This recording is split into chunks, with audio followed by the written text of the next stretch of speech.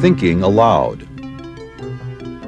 Conversations on the leading edge of knowledge and discovery with psychologist Jeffrey Mishlove.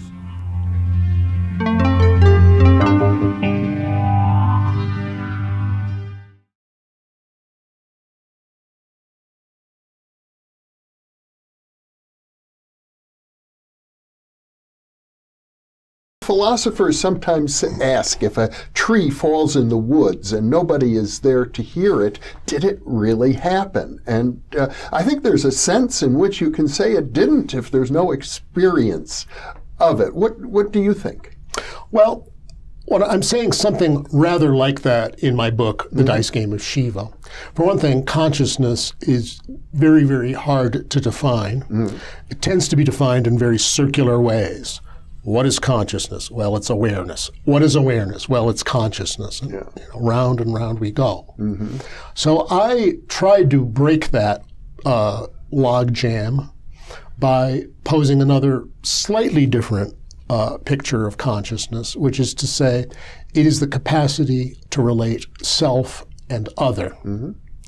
And that is to say, consciousness as we usually experience it, and there are a lot of ifs, ands, and buts here that we can't go into, but consciousness in its prime form always is of a self and an other.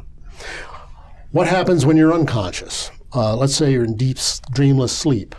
Well, you're not really aware of a you that's differentiated from your surroundings. That just goes into abeyance. So, I mean, there are layers and layers of all this, again, but there's something about consciousness that does seem to be a self and an other. Of course, there are the mystical traditions that talk about cosmic consciousness in which you're one with everything. Yes, and that's a couple of steps ahead.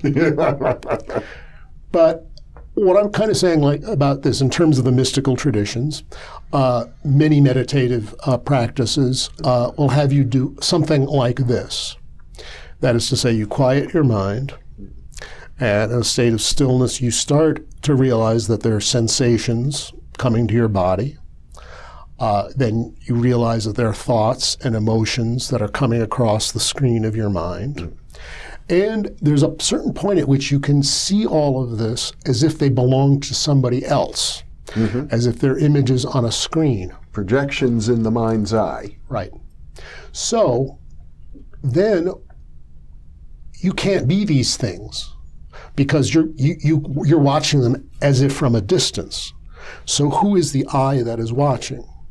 I'm sure you know that Sri Ramana Maharshi said that who am I is a question that asked deeply enough could lead one to enlightenment. Yes. But there is this silent witness, this I, that is, shall we say, truly you. In a sense, it doesn't do anything other than witness, but without it, experience does not happen. So that is consciousness in a I think in a primordial sense.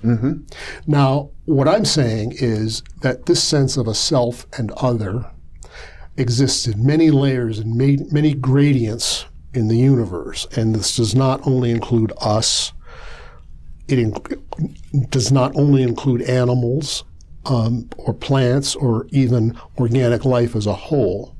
It must somehow be characteristic of the entire universe.